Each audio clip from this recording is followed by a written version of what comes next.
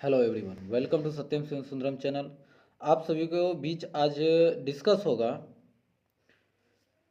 Class 7 के पहला chapter जल और जंगल से रिलेटेड जितना भी ऑब्जेक्टिव होगा सारा ऑब्जेक्टिव का डिस्कस किया जाएगा। तो चलिए सबसे पहले देखिए यहाँ पे, और इसका पीडीएफ जो है आप लेना चाहते हैं तो हमारे टेलीग्राम पर जुड़ के वहाँ से आप पीडीएफ को डाउनलोड कर सकते हैं, ठीक है। वो भी फ्री ऑफ कॉस्ट, जिसमें कोई चार्ज नहीं है। तो चलिए सबसे पहले हम एमसीक्यू की ओर बढ़ते हैं।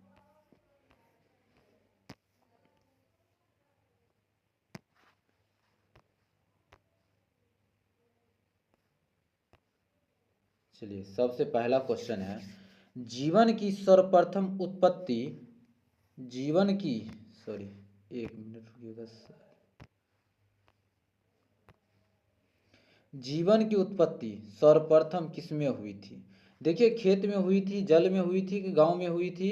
तो राइट आंसर होगा जल में जीवन की उत्पत्ति सबसे पहले हुई थी। पूछा जाएगा जीवन की उत्पत्ति किसमें हुई थी, तो बताइएगा आप, जल में जीवन की उत्पत्ति हुई थी। नेक्स्ट क्वेश्चन है, संयुक्त राष्ट्र संघ में पीने और खाना बनाने और घर तथा बर्तन साफ करने तथा अन्य दैनिक आवश्यकताओं की पूर्ति के लिए पर्याप्त अर्थात व्यक्ति प्रति व्यक्ति कम से कम कितना लीटर जल का मापदंड रखा गया है? वो है 50 लीटर के लिए रखा गया संयुक्त राष्ट्र संघ के अकॉर्डिंग। तो राइट आंसर आपका हो जाएगा ए नंबर। संयुक्त राष्ट्र संघ में किस राष्ट्रीय अर्थात किस वर्ष राष्ट्रीय स्वच्छ जल मनाया गया? तो राइट आंसर होगा इसका 2003 से ये शुरू हो गया। पूछा जाएगा संयुक्त राष्ट्र संघ कहाँ है, बताइएगा अमेरिका में है। तो राइट आंसर इसका क्या हो जाएगा, ए नंबर हो, सॉरी सी नंबर होगा। अगला क्वेश्चन है, जल संरक्षण की महत्व। देखिए, संरक्षण का मतलब होता है जल को बचाव कर भविष्य के लिए रखना ही क्या कहलाता है, जल संरक्षण कहलाता है। महत्व को दर्शाने के लिए प्रत्येक वर्ष किस तिथि को विश्व जल दिवस के रूप में मनाया जाता है? तो राइट आंसर होगा 22 मार्च को हम विश्व जल दिवस के रूप में भी मनाते हैं, और बिहार दिवस भी 22 मार्च को ही मनाया जाता है। बिहार दिवस पूछा जाएगा बिहार दिवस कब मनाया जाता है, तो बताइएगा 22 मार्च को भी मनाया जाता है, और विश्व जल दिवस भी 22 मार्च को ही मनाया जाता है।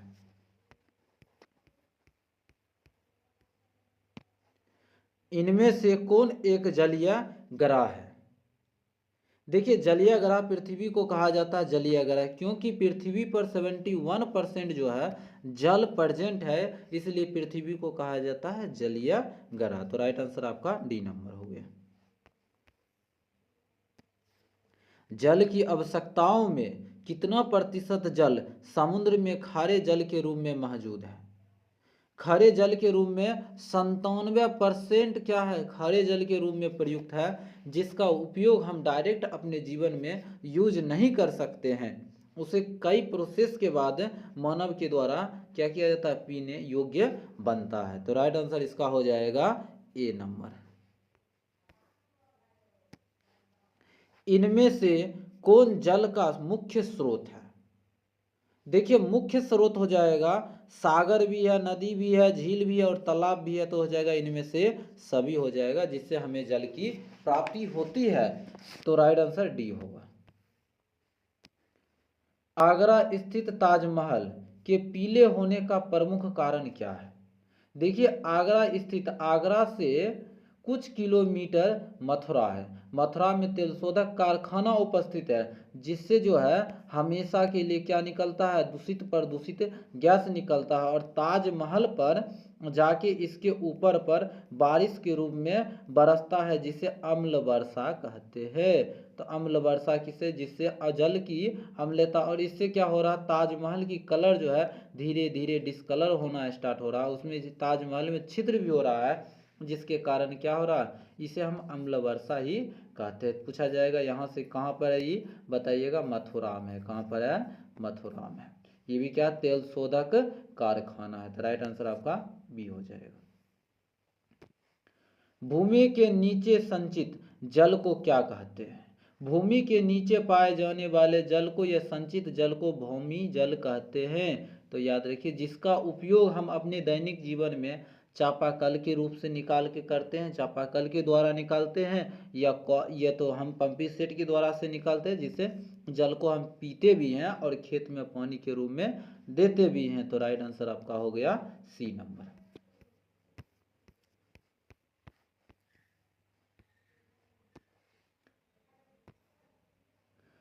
शेष जल का कितना प्रतिशत भाग उपयोग के मैदान में उपयोग के दौरान बर्बाद हो जाती है?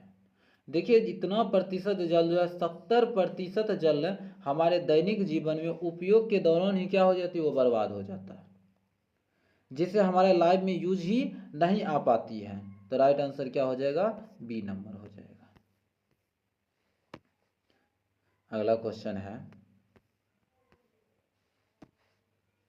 वर्षा जल संग्रह। देखिए, संग्रह का मतलब होता है कलेक्ट करके, जमा करके रखना ही क्या कहलाता है, संग्रह कहलाता है। ये सबसे ज़्यादा कहाँ होता है तो बताइएगा, राजस्थान में होता है। क्योंकि राजस्थान में जो है जल की बहुत क्या है, कमी है, जिसके कारण जब भी वहाँ बारिश होता है, वहाँ के जो छत होता है, रूफ, उसमें क्या रहता है, एक अर्थात पाइप लगा के एक टंकी में संचित किया जाता है, जिससे बारिश के बाद इस पानी का यूज किया जा सके, उसी को संग्रह कहते हैं। ठीक है, कर संग अर्थ स्थानीय आवश्यकताओं की पूर्ति के लिए उसका उपयोग किया जाना क्या कहलाता है? तो राइट आंसर होगा, उसे कहते हैं वाटर मैनेजमेंट कहते हैं। ठीक है, या वाटर व्यवस्था भी कहते हैं इसे। हिंदी में कहिएगा तो वाटर व्यवस्था कहलाएगा, अंग्रेजी में वाटर शेड मैनेजमेंट कहता है। तो राइट आंसर इज बी हो जाएगा।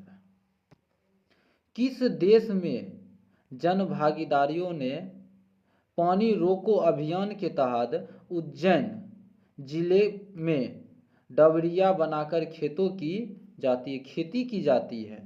तो देखिए, इसका जो राइट आंसर होगा वो होगा मध्य प्रदेश में। किस प्रदेश में, सॉरी यहाँ पे लिखा हुआ किस प्रदेश में, वो होगा Madhya Pradesh. Right answer is D हो जाएगा आपका। इनमें से कौन जीवन का आधार है? देखिए, जल भी हमारे लिए चाहिए, लकड़ी भी चाहिए, कपड़ा भी चाहिए। तो राइट आंसर क्या हो जाएगा, इनमें से सभी हो जाएगा। कहा ही जाता है जीवन के लिए 3 चीज़ों की आवश्यकता होती है, रोटी, कपड़ा और मकान। चौथा में शौक आएगा अपने जीवन का लग्जरियस लाइफ जीने के लिए उपयोग, बट सबसे पहले क्या चाहिए, जल। सबसे पहले जल, उसके बाद क्या, जल, रोटी। ठीक है, चलिए, जल, रोटी, उसके बाद कपड़ा, और चौथा में आएगा मकान। ठीक है, इस तरीका से 4 गो को हम अपने लाइफ में प्राथमिक के रूप में देखते हैं। चलिए, अगला क्वेश्चन है, पृथ्वी से वायुमंडल तथा वायुमंडल से पृथ्वी तक जल के चक्रीय आवागमन को क्या कहा जाता है? उसे कहते हैं जल चक्र कहते हैं। देखिए, जल चक्र होता कैसे है, जल चक्र का मतलब हो गया, जिस प्रकार से ये तालाब है, ठीक है, ये तालाब है, और यहाँ पर जब सूरज का किरण इस तालाब पर पड़ेगा, इससे क्या होगा, वाटर जो जल जो है वो वाष्प बन के बादल बनेगा, और बादल बनने के बाद जब एक बादल दूसरे बादल पर से टकराएगा तो वो फिर बारिश बन के गिरेगा, और इसी प्रक्रिया ये फिर नदी में चला, इसी प्रकार जब चलते रहेगा, उसी को कहते हम जल चक्र कहा जाता है। तो राइट आंसर आपका हो जाएगा सी नंबर। फ्रांस में जल की बर्बादी को रोकने के लिए किसकी बहाली की गई थी? देखिए, फ्रांस में बहाली जो है, ये जल पुलिस की बहाली की गई थी। जो भी आदमी जल का दुरुपयोग करेगा, उसको अरेस्ट करके उसे सजा देने का काम जल पुलिस के ही द्वारा किया जाएगा। तो राइट आंसर क्या हो जाएगा, डी नंबर होगा।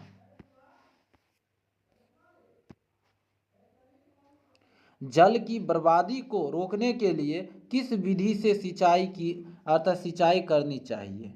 देखिए, यहाँ पे है ड्रिपिंग विधि से के द्वारा जो है जल की बर्बादी को रोका जा सके सिंचाई के दरमियान। देखिए नल के द्वारा करेगा तो ज़्यादा पानी लगेगा, कुआं के द्वारा करेगा तो और भी ज़्यादा होगा। जैसे देखिए ड्रिपिंग विधि का मतलब क्या हो गया, कहने का मतलब ये इस तरह से एक फील्ड है, एक खेत है, इसमें एक पाइप लगा दिया जाएगा और पाइप में विभिन्न जगह जो है छिद्र करके इस तरीक़ा से पानी को छिड़काव किया जाएगा, इससे करके इस तरीक़ा से, इसी को क्या कहते हैं बताइएगा, ड्रिपिंग विधि कहते हैं, डिप विधि कहते हैं। ठीक है, तो राइट आंसर इज आपका ए हो जाएगा।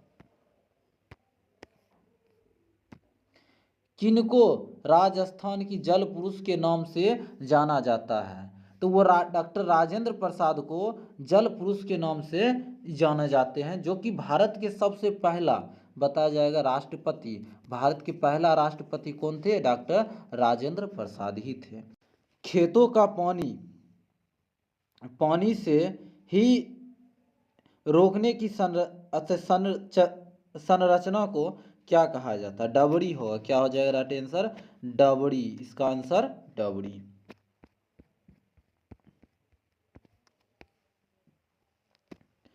जलीय ग्रह किसे कहा जाता है, तो राइट आंसर होगा पृथ्वी को जलीय ग्रह कहा जाता है। देखिए क्वेश्चन क्या उसको पहले समझने की कोशिश करिए। जल की कमी के लिए उत्तरदायित्व नहीं है। देखिए वनों की कटाई होगा तो जल की अत्यधिक वर्षा ही राइट आंसर है। ठीक है, वनों से हमें अनेकों जीवन उपयोगी वस्तुओं प्राप्त होती है, जिसके कारण इसे क्या कहा जाता है।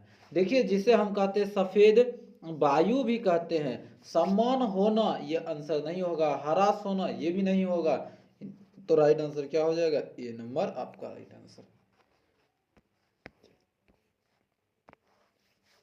मनुष्य को भोजन तथा वस्त्र तथा आवास उपलब्ध कराने में किसकी महत्वपूर्ण भूमिका होती है। देखिए ये सब चीज हमें जो प्राप्त होती है वो वन से प्राप्ति होती है। खेतों से सब कुछ प्राप्त नहीं की जा सकती है, जानवरों से सब कुछ प्राप्त नहीं की जा सकती है, बस एक ही विधि है जो वन ही एक ऐसा स्थान है जिससे हमें भोजन की भी प्राप्ति होती है, वस्त्र की भी प्राप्ति होती है और आवास भी हम वहीं पर मिल सकता है, तो राइट आंसर आपका सी हो जाएगा।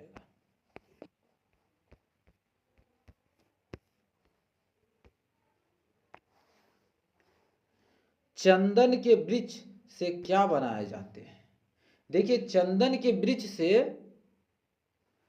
लकड़ी भी बनती है, पाउडर भी बनती है, अगरबत्ती भी बनती है, तो इनमें से सभी राइट आंसर होगा। चंदन की लकड़ी एक ऐसा लकड़ी है जिस पर चंदन के लकड़ी के जैसा ही कलर के स्नेक सबसे ज्यादा पाया जाता है। और ये लकड़ी जो है याद रखिएगा दक्षिण भारत में सबसे ज्यादा पाया जाता है, पूछा जाएगा दक्षिण भारत में। देखिए दक्षिण भारत का मतलब क्या हो गया, जिस तरह से ये क्या है, एक मेरा भारत का नक्शा, चलिए बनाते हैं भारत का नक्शा, ये रहा आपका भारत का नक्शा हो गया, ये भारत का नक्शा हो गया। यहाँ से इसको हम दो भागों में बांट देते हैं, ये हो गया ऊपर वाला भाग को उत्तर भारत कहते हैं, नीचे वाला भारत को दक्षिण भारत कहते हैं। तो दक्षिण भारत में सबसे ज़्यादा इस क्षेत्र में चंदन की लकड़ी अधिक से अधिक पाई जाती है। इनमें से कौन इमारती लकड़ी प्रदान करने वाले वृक्ष में आती है। अर्थात देखिए इमारती अर्थात वह लकड़ी जिसका निर्माण हम घर बनाने में करते हैं, सागवान का भी यूज किया जाता है, शीशम और देवता अर्थात देवदार का भी और सखुआ का भी, इनमें से सभी का उपयोग की जाती है। देखिए पहले के ज़माना के समय तो जब घर बनता था उसके बीच में एक पिलर जैसे है, तो पिलर के बीच में एक लकड़ी इस तरीका से देकर उसके बाद इसके ऊपर मिट्टी चाहे ईंट जो भी हो उस तरीका से जोड़ा जाता है, तो इसमें सभी लकड़ी का यूज किया जाता था। प्राकृतिक का फेफड़ा कहा जाता है, किसे कहा जाता है, तो याद रखिए वन को प्रकृति का फेफड़ा कहा जाता है, क्योंकि वन नहीं रहेगा तो हमारा जीवन जीना संभव है ही नहीं, क्योंकि ना ऑक्सीजन का प्यूरिफाई हो पाएगा, ना लाइफ वेस्ट हो पाएगा। तो राइट आंसर क्या हो जाएगा? सी हो जाएगा। अगला है, कुछ पौधे में बीज तथा फल का परिकीर्णन, देखिए किरणन किसके द्वारा होता है? देखिए कुछ पौधे में परिकीर्णन का मतलब क्या हो गया? परिकीर्णन का मतलब हो गया क्या? उसमें निखार होना चाहिए, उसमें अर्थात जिससे क्या होगा? परिकीर्णन का मतलब हो गया उससे अंकुरित होकर बीज का निर्माण होना चाहिए। ये किसके द्वारा होता है? जंतुओं के द्वारा होता है। जिसे हम जिस तरीका से यहाँ पे अर्थात पुकेसर हो गया, यहाँ पर स्त्रीकेसर हो गया, ये पहुंचाने का काम कौन करेगा? बताइएगा, जंतुओं के द्वारा होता है। तो राइट आंसर आपका हो गया बी नंबर। इनमें से किसे मुर्दाखोर जीव कहा जाता है? वो ऐसा कौन सा जीव है जिसका उपयोग मृत अर्थात मृत शरीर से ही, कौन सा ऐसा जीव है जो मृत शरीर से अपना भोजन को कंज्यूम करता है, प्राप्त करता है? देखिए सियार भी है, गिद्ध भी है, कौवा भी है और चील भी है। तो राइट आंसर होगा इनमें से सभी होगा जिसका उपयोग जीवन के लिए चलता है।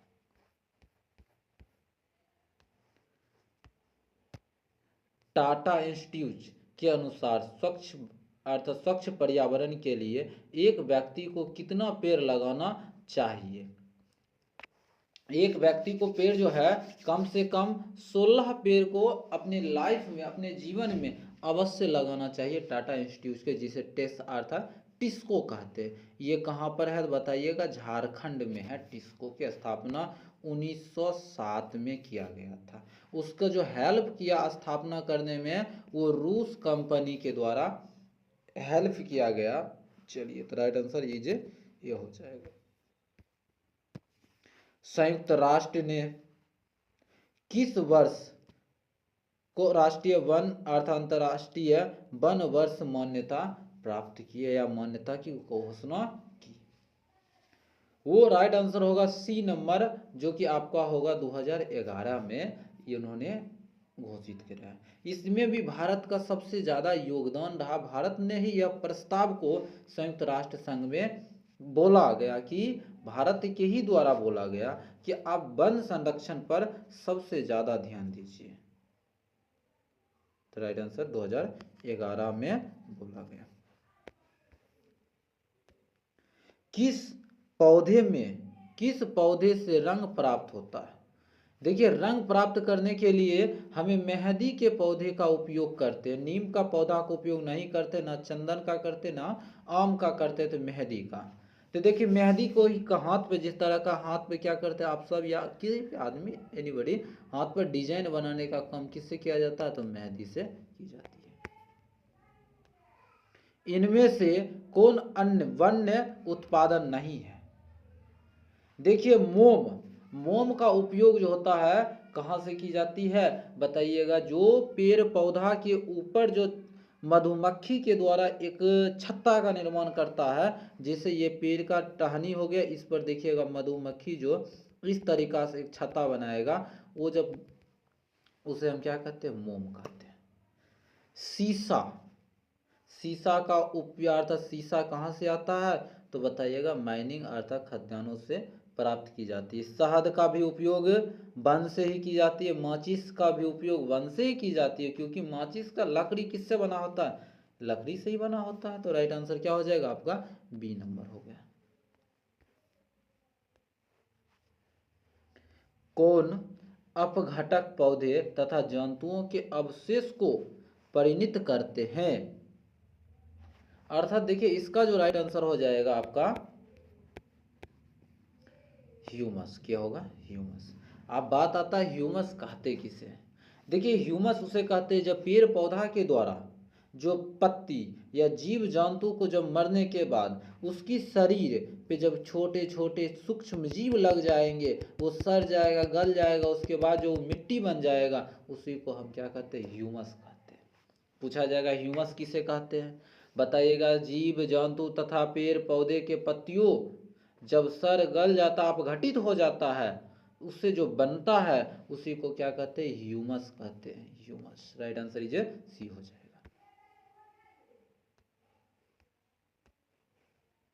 पृथ्वी से जीवों के लिए लुप्त होने का एक कारण क्या है?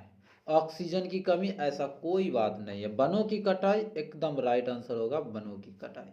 क्योंकि हम सब जो जीव जो है धीरे धीरे जिस तरीका से ये जंगल है, जंगल को कटाई कर कर के, जंगल की कटाई कर कर के हम सब क्या कर रहे हैं, घर बनाते जा रहे हैं, जिससे जीवों की संख्या कम होती जाती है, और सॉरी जानवरों की संख्या कम होती जाती है और मानवों की संख्या ज़्यादा से ज़्यादा फैल रही है। जैसे पहले के समय 2000 से पहले भारत में टाइगरों की संख्या ज़्यादा थी, और आज 2000 जाके 24-25 में इसकी संख्या क्या हो गई है, बहुत कम हो गई है। तो क्या होगा, वनों की कटाई मेन आंसर होगा। पीपल के वृक्षों के शीर्ष का आकार कैसा होता है? देखिए पीपल के वृक्षों के शीर्ष का आकार जो होता है, ये क्या होता है, गुंबदाकार के रूप में होता है। ये गोलाकार नहीं होता, ना बेलनाकार होता है। आप पेड़ के, पीपल के पेड़ देखिएगा इस तरीका से रहेगा।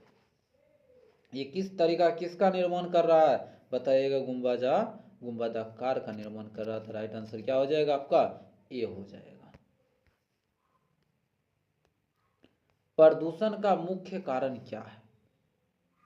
देखिए प्रदूषण का मुख्य कारण ऑक्सीजन की कमी भी होगा, वनों की कटाई भी होगी, बढ़ती हुई जनसंख्या भी होगी। तो हम कह सकते हैं ये तीनों जो है प्रदूषण का सबसे ज़्यादा क्या है, मेन कारण है। बट इसमें जो होगा बी सी पर सबसे ज़्यादा जोर दिया जाएगा, तो ऑक्सीजन की कमी और वनों की कटाई ही इसकी सबसे ज़्यादा होगी। बढ़ती जनसंख्या से भी होती है, प्रदूषण तो हो ही रहा, क्योंकि जितना जनसंख्या ज़्यादा रहेगा उतना क्या होगा, कार्बन डाइऑक्साइड सबसे ज़्यादा रिड्यूस होगा, निकलेगा। उसका तो साफ करने के लिए क्या चाहिए, पेड़ पौधा चाहिए, बट तो है नहीं, जिससे क्या हो रहा है, वनों की प्रदूषण का प्रमुख कारण पूछा जाएगा, वनों की कटाई, बढ़ती जनसंख्या, इज राइट आंसर हो जाएगा। ठीक है, तो इसका राइट आंसर क्या हो जाएगा, वनों की कटाई और बढ़ती जनसंख्या। देखिए प्रमुख पूछ रहा है, ये आंसर।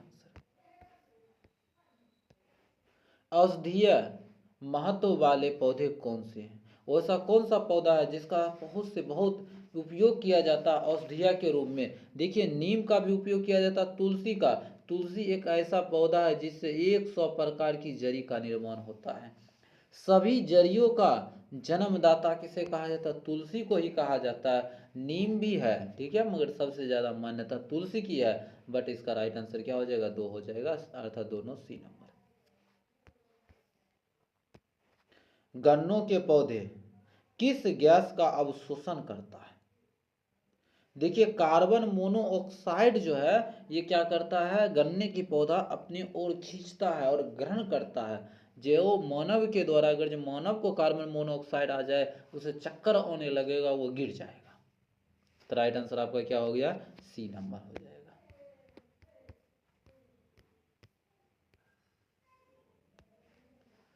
अपघटक प्रकृति में पोषण तत्व का क्या कहते हैं? तो देखिए वो होगा अपघटन, की होगा अपघटन। अपघटक के बाद जो प्राप्त होता है उसे अपघटन कहते हैं। तो राइट आंसर इज ए हो जाएगा। तितलियों और पौधे के पुष्प से क्या ग्रहण करती है? देखिए वो जो है मरकंद को ग्रहण करती है। जो भी है पुष्प, पुष्प के जिस तरीका से, चलिए ये पुष्प बना रहे हैं, ठीक है, ये एक पुष्प है, ये पुष्प हो गया, ये रहा पुष्प, ये रहा पुष्प। यहाँ पर आएगा, क्या आएगा तो बताइएगा, आएगा मधुमक्खी। मधुमक्खी आएगा, इससे जो है प्राप्त क्या करेगा, मरकंद प्राप्त करके और उसे ले जाएगा, उसको यूज करेगा अपने रूप में। तो इस तरीका से आपका जितना भी था ऑब्जेक्टिव एमसीक्यू जल और जंगल में हमने क्या किया, आप सभी को डिस्कस करके पूरे को पूरे खत्म कर दिए हैं। अब आपके साथ हम अगले वीडियो में मिलेंगे नया चैप्टर के साथ। जय हिंद, जय भारत।